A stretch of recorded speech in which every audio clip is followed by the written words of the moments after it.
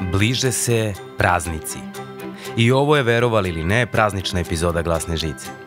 Ali ako misliš da govorimo o novogodišnjim i božićnim praznicima, o jelkama i ukrasima, Deda Mrazu i poklonima, varaš se. Govorimo o jednom drugom prazniku. Govorimo o prazniku koji ljudi u vrhu vlasti nazivaju praznikom demokratije. Pogađaš? Govorim o izborima. Verujem da ćemo i pobediti ubedljivije nego ikada. Živela Mionica, živeo Kolubarski. Ovaj praznik proslavljamo u Mionici, gde su se pored Negotina i Sečnja 30. novembra održali lokalni izbori. I baš kao što je to kod praznovanja, imali smo ljude obučene u svečanu crnu garderobu, doduše sa kapuljačama i kačketima na glavama, goste iz čitave Srbije pa i Republike Srpske, kafansku tuču i jedan sveopšti haos. A tamo gde su izbori, tu je i posmatračka misija CRTE. Oni bez kojih za mnogi incidenti i nepravilnosti sasvim sigurno ne bismo znali. Pusti nas napolje, dve devojke su unutra! Upravo u Mionici napadnute su dve devojke koje su bile deo CRTE-inog posmatračkog tima. Samo su mi najgore stvari prolazile kroz glavu, to je to, oni će nas sad, ne znam, izvući iz automobila, fizički nasrnuti na nas. Pritom, sve vreme mi prolazi kroz glavu, ja i Isidora smo potpuno nemoćne. Znači, oko nas je sigurno 30-orica muškaraca velikih u crnom, šta ja mogu sa svojih 1,60 m, mislim, da im dam kurs o obuci. Moje ime je Stefan Marković, a ti slušaš novu epizodu Cinsovog podcasta Glasna žica.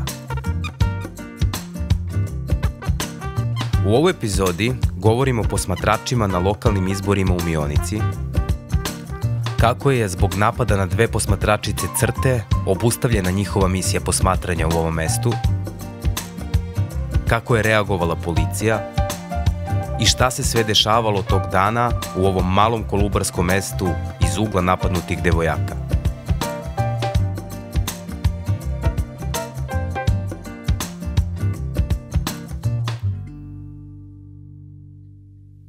Dve devojke, stare 23 i 24 godine, Isidora i Emilija, stažistkinje CRTE, dobile su zadatak da prate izbore u Mionici.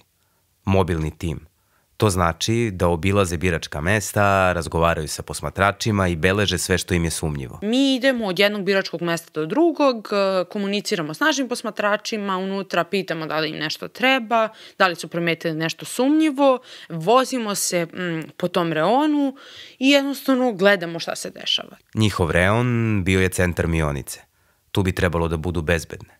Međutim, upravo u centru se spremao haos. Njih dve stavile su narandžaste trake sa natpisom CRTA oko ruku, legitimacije oko vrata i oznaku na šofer šajbni. Sele su Isidorin auto i krenule ka Mionici. A šta ih je tamo dočekalo? Mi smo krenule rano ujutru iz Beograda i kad smo stigle, ti vidiš da je 6 ujutru i nema parking mesta slobodnog. Kako smo stigle, tako smo viđale grupe muškaraca od po njih 5, 6, 7 do 10. Svi su u crnom i od ranog jutra se oni negde raspoređuju. Dakle, bilo je jasno čim smo stigle da postoji neka koordinacija, zato što prosto je drugačije neobjašnjivo zašto tako grupe koordinisano se kreću i baš se raspoređuju ispred svakog biračkog mesta. Emilija i Isidora su kao mobilni tim kružile autom i šetale oko glasačkih mesta. Nisu ulazile unutra. Tamo su bili posmatrači. A onda su, u blizini biračkog mesta, spazile lokal u kom se okuplja dosta ljudi. Ja sam probala da uđem, rečeno mi je da ne rade, iako je lokal bio prepun ljudi, opet svi ljudi u crnom. Ko ti je to rekao? Radnica koja je bila unutra. Dakle, mi smo stajale ispred dugo, posmatrale šta se dešava, ko ulazi, kako izlazi. Videli smo i par ljudi koji su ušli direktno sa biračkog mesta u taj lokal, pretpostavljam nakon glasanja, i svi koji su ulazili u lokal su bili ljudi iz vozila koje nemaju veze sa Mionicom. Ja sam kucnula, probala da pitam, jel radite, mislim naravno fino, bez da bilo kog napadam. Radnica mi je rekla ne, kao danas je zatvoreno, što je opet, mislim, videla sam svojim očima da ljudi i piju kafu i okupljaju se tu. I ispred lokala je bilo ljudi. Neki od njih su se nešto dogovarali sa policajcima. Oni su u nekoj koordinaciji sa policijom. Kako to znaš? Pa videli smo, dakle, postoji jedan čovek iz grupe muškaraca koji ode do policajca, oni se nešto izdogovaraju, vrati se toj svojoj grupi i grupa se nakon toga raspoređuje dalje. Trebalo je da se obiđu i druga mesta. Emilija i Isidora sele su u kola kada, usput, videle su nešto sumnjivo. Vidim taj veliki parking i na parkingu, pa ja ne, mislim kao mi smo i pričale posle, ja stvarno mislim da je u tom trenutku tamo bilo jedno 40-50 vozila. I uglavnom crnih vozila, skupih velikih kola. I pored tih vozila mi vidimo i ljude po tom parkingu. Kad kažem ljude, mislim ljude muškarce obučene u crno, krupne, to su kasnije kad smo prišle, jednostavno ti prepoznaš, to su pederuše, to su kape i slične stvari. I policiju. Ove dve devojke rešile su da provere šta se tu dešava. Bio je to parking nekakvog svečanog restorana. Parkirale su kola preko puta i upalile sva 4 žmigavca. Bukvalno preko puta policije. I stojimo tu par minuta, oni kao sa svadbe da idu u koloni, odlaze sa tog parkinga, prva polovina vozila. Dobro. I mi tu njih uzimamo da snimamo. Iz kola. Iz automobila, da. I sad oni, otišlo je tu, ne znam, 10-15 vozila, 20 koliko god. I sad ja razmišljam, pa kao, ja sam na sva 4 na putu, policija je preko puta mene, možda nije pametno da ja budem na putu sa upaljenim žmigavcima. Tada dolaze na ideju da uđu na parking. Isidora je zaključala auto. Zaključala nas je zato što sam ja potpuno deluzivno bacila komentar, pa kao najbolje da izađemo da ja slikam tablice. I ona je bukvalno pritisnula dugme i rekla mi je nećeš ti nigde napolje. Tako da hvala joj što nas je zaključala jer nas je to, mislim, bukvalno spasilo, ispostavit će se kasnije. To je bila dobra odluka, jer već sledećeg trenutka prišao im je jedan od ljudi sa parkinga. Hvata se za bravu i pokazuje nam rukom kao da spustimo prozor. I ja mu otvaram malo prozor, doduše već i tad, sad ja ne znam da li sam ja u tom trenutku razmišljala, ali sam ja otvorila mu prozor tako da on ne može da nekako uđe kroz prozor, da nešto, nego jednostavno malo. I on tu nama nešto govori kao šta ste vi, ko je vas ovde poslao, ko ste vi, Pritom, znači mi obe imamo traku oko ruke, akreditaciju oko vrata i poster papir u šoferki. Znači, vrlo je jasno ko smo, vrlo je jasno da smo Crtin mobilni tim. Pa kako mislite da vas ne snimam kad nam pretite ovde? Pa evo, stale smo i sad idemo. Ovo što sada čuješ je snimak na kome se vidi čovek sa kapuljačom kako pokušava da kroz poluzatvoreni prozor provuče ruku u automobil. Ja sam probala da ga smirim, jer on kad je probao da uđe, on nije jednom kao povukao i to, nego je bukvalno hteo da, ne znam, odvali vrata i on tu nama kreće i da psuje i svašta i ja sad bilo mi je racionalno, ok, ja ću mu objasniti, on će se skloniti, nije se sklonio i u jednom trenutku Isidora je sva sreća počela da snima zato što je on krenuo da preti, ne sad direktno, ubiću vas i to, ali vrlo je bio agresivan pristup. Isidora je krenula da snima i u tom trenutku on provlači ruku kroz prozor i pokušava da otme telefon. Zatvorile su prozor. On u tom trenutku kad smo mi zatvorile prozor, pokazuje rukom i doziva prvi auto. I taj prvi auto staje tik uz dupe mojih kola. I sad, znači, čisto da bude jasno, ispred mene je ograda, s desne strane je on, znači jedan čovek, a iza auta stoje ta kola koja su kroz priljubljena uz moje kola. Ja budem uzmano kao, ok, bežanje, kao ovo je kraj i sad ne mogu ni pravo, ne mogu ni desno, ne mogu ni nazad, ok, idem na levo, a levo je prazno parking mesto. Pokušale su da izađu sa parkinga. I kako ja krećem da motam na levo, da skrećem, tako ova kola od iza se još priljubljuju uz kraj mojeg kola.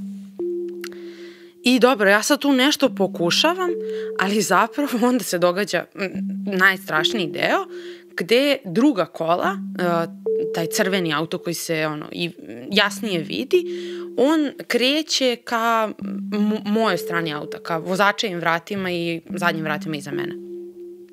I ta kola kreću i zapravo smo mi u tom trenutku potpuno blokirane. Znači, mi više ne možemo nigde. Ne možemo ni na jednu stranu i to je to. I onda prilazi drugi čovek. On prilazi do mojih vrata i on ne komunicira s nama. Znači, on prvo dolazi licem okrenut ka nama i treska par puta rukom o krov automobila. I tu je već strašno, mi smo već na IHH smo mi već na vezi sa ljudima iz CRTE i sve to.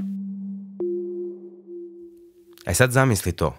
2 mlade devojke u kolima, blokirane sa svih strana. Oko njih ljudi u crnom sa kapuljačama na glavama. Jedan od njih lupao je šakom u krov automobila. I onda se zapravo okreće leđima i kreće da lupa laktom o moj prozor. I to na kao jako interesantan način, zato što on nije kao da lupi par puta u auto, nego on tresne jednom i onda kao čuva snagu par sekundi i onda treska ponovo. Bukvalno u nameri da prozor razbije. I tu je stvarno ogromna panika. Znači, tu u kolima mi vrištimo već i vrištimo policija. Nemoj! Nemoj, pusti nas napolje! Pusti nas napolje, 2 devojke su unutra! Halo? Brzo! Molim vas brzo neko da dođe, lome nam stakla. Ispred Deluksa. Brzo! Da. Policija! Da te podsjetim, policija je bila tu na parkingu, ali nije prilazila. Kako ste se vas dve osjećale u tom trenutku? Strašno. Meni je bio imala sam sliku ispred glave gde čovek uspeva da razbije prozor i ceo prozor pada na Isidoru. Mislim, istovremeno mi je to bilo kao samo da se ne iseče. Bukvalno su mi samo najgore slike prolazile kroz glavu zato što nisam mogla da sebi objasnim šta oni drugo hoće osim da nas povrede. Isidora i Emilija su uzele telefon i potražile pomoć od kolega iz CRTE. I u jednom trenutku dobijamo poziv, naše posmatračice zovu izbezumljene, kažu razbijaju nam prozore na auto. Ovo je Vladimir Tupanjac, pravnik CRTE. Nekada je radio u Agenciji za sprečavanje korupcije. I danas nastavlja da kontroliše političke partije, finansije, izborne procese, samo iz druge pozicije. I tu kreće sad frka, naravno, nas dvojica, od 2 auta i još 2 koleginice krećemo. Sva sreća nisu bile daleko. Mi pristižemo na to mesto, to je neki da li Deluxe, nije ni neki da li je restoran ili neka sala gde se održavaju neke tako te svečanosti i veliki parking i jedno 30 auta. I Tupanjac je imao problem sa ljudima sa parkinga. Dvojica izašla su iz vozila i prišla. Oni prilaze meni i kao šta je bre pičko, šta radiš ti ovde, čiji si ti? To im je zanimljivo pitanje, čiji si ti? Jer očigledno su oni nečiji. Čim mene pitaju čiji sam ja, mislim nisam mali pa da me pitaju čiji si ti mali, nego čiji si ti, ko si ti, odakle si, što snimaš? To ih je pogodilo. Zašto ja snimam? Ko sam ja da njih snimam? Znači još jednom napominjem i zbog koleginica, posmatračica koje su bile, dakle to su javna mesta, tu se ne zadire u privatnost. Oni su se povukli, a Tupanjac i ostatak ekipe CRTE otišli su do Emilije i Isidore. I onda mi dolazimo, istrčavamo iz automobila, ja odlazim, Raša Nedeljkov, šef misije, kreće ka posmatračicama, ja ka policiji i dozivam policiju, oni izlaze onako nevoljno, Ovo što čuješ je trenutak kada 4 policajca prilaze posmatračicama crte. Ako zamišljaš scenu kao iz akcionih filmova u kojima policajci dotrčavaju do mesta zločina, imaš previše bujnu mašti. U ovoj sceni imamo izbezumljene devojke, još par ljudi iz crte, crveni automobil sa ljudima u crnom i 4 policajca koji lagano na kiši koračaju ka njima. Jedan od njih, prvi u redu, prilazi sa rukama u džepovima. Vidi se kako izlazi sa rukama u džepovima, policajac dolazi tamo na lice mesta, pravi se blesav, znači policija je bila u fazonu kao pa mi ništa nismo čuli, mi ništa nismo videli, devojke su posle to su i potvrdile u tužilaštvu, one su dozivale policiju. I on prvi prilazi do nas i ja krećem da vičem na njega, kako nas niste čuli, da li je moguće, da li reagujete. U jednom trenutku sve vreme ste tu. Ma se niko ništa nije obratio, ne vidim ja... Pa kako da vam se obratim, vrištala sam policija. Vikala sam policija, dođe, lupao nam je od vrata.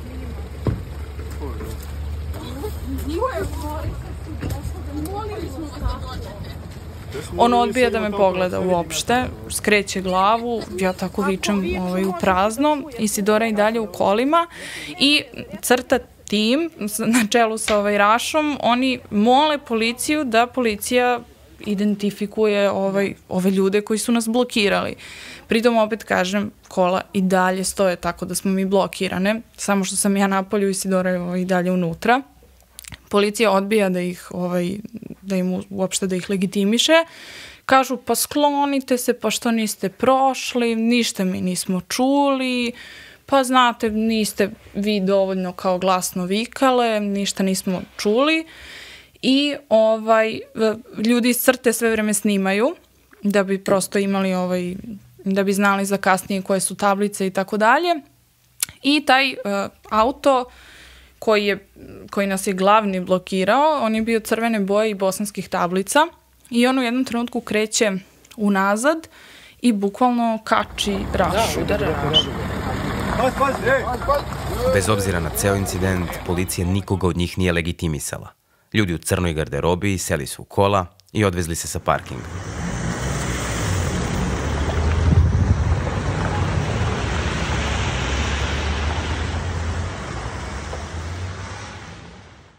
Hvala što slušaš CINS-ove podcaste.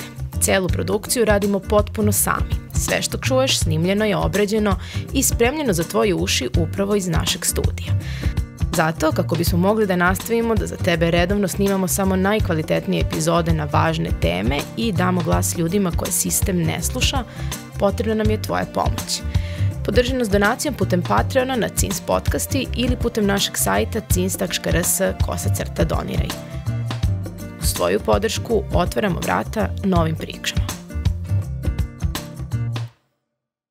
Ali čemu uopšte služe ti ljudi u crnom?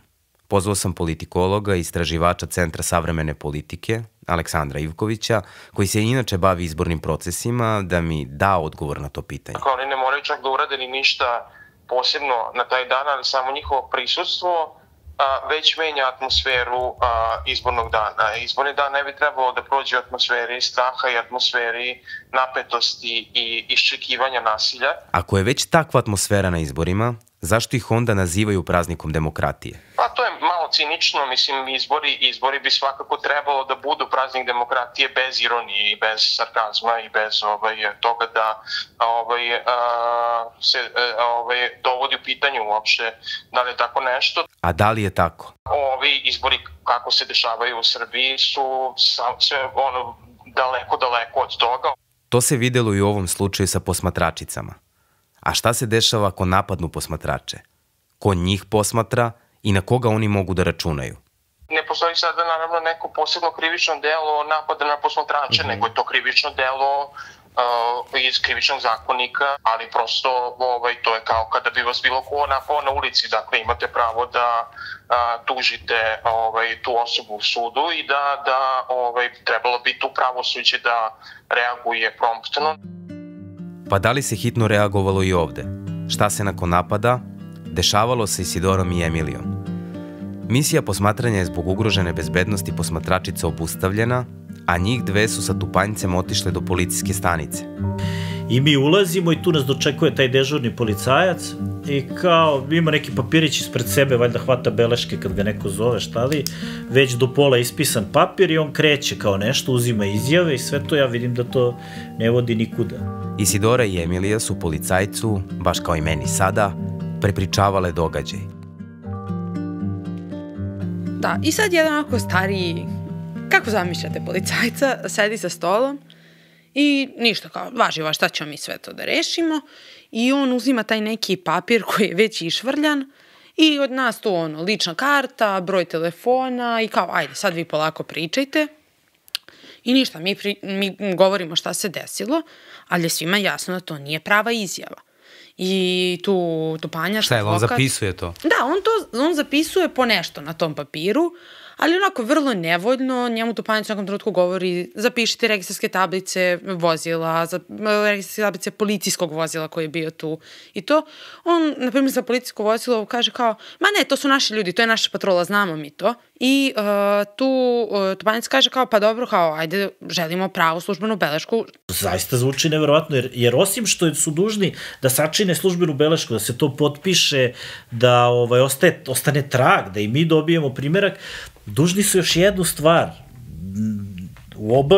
imaju obavezu da obaveste dežurnog javnog tužioca, da se konsultuju sa njim i da im on kaže ima elemenata dela, nema, uzmite izjavu, hapsite, utvrdite identitet, kako god, ali moraju da konsultuju, da referišu tužiocu šta se desilo. I on nama kaže, ne može, previše posla, nema vremena, to će njima da stigne kao u njihove gradove. Nemamo ljude. Da, nema ljudi. I potpuno nevoljno, jedan prilazi, on se tu nešto šetkao, prilazi i kaže, pa dobro, kao, šta vam fali? Jel vas neko udario? Jel ima štete na automobilu? Jel ima modrica? To je isto bilo pitanje. E sad, šta misliš? Da li su dobile službenu belešku? Nisu. Zato su zajedno sa Vladimirom Tupanjcem otišli do prostorija tužilaštva. Tamo je bila već drugačija priča. Kod tužiteljke je stvarno bilo drugačije, gde smo mi imale prostora da polako govorimo šta nam se desilo, da ispričamo odvojeno svaka svoju priču, da jednostavno sve bude rečeno. Tužiteljka je ovo što se desilo posmatračicama kvalifikovala kao protivpravno lišenje slobode i ugrožavanje sigurnosti. Prosledila je policiji da se utvrdi identitet napadača i da se preduzmu sve druge radnje.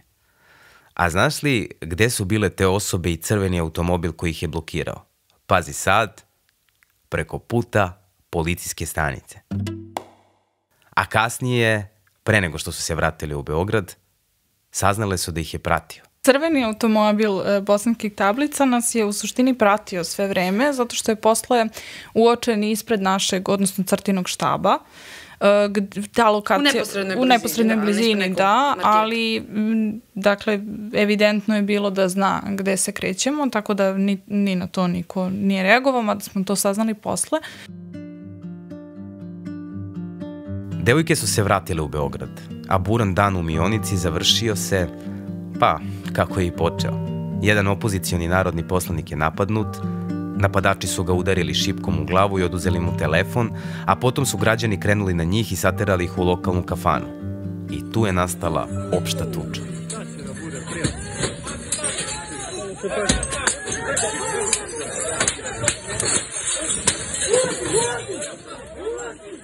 Već naredne godine nas čekaju novi lokalni izbori, možda čak i parlamentarni i predsjednički, a da li bi i posle svega ove dve devojke ponovo učestvovale u posmatračkoj misiji? Svakako bih ponovila, zato što mislim da je važno da pogotovo mobilni timovi postoje, zato što smatram da su mobilni timovi zabeležili toliko i videli toliko stvari koje su jako važne. Meni je posmatranje bilo baš važno i dalje mi je važno i sad kao kad budu neki sledeći izbori, pogotovo ako to budu neki izbori koji kao mogu da budu ključni za nastavak Srbije, za, ne znam, razvoj naš, kao, bilo bi mi važno da budem deo toga. Ovo je bila Glasna žica. Moje ime je Stefan Marković. Uređivala Dina Đorđević. Muziku komponovao Rade Sklopić. Produkcija Centar za istraživačko novinarstvo Srbije. Hvala na slušanju.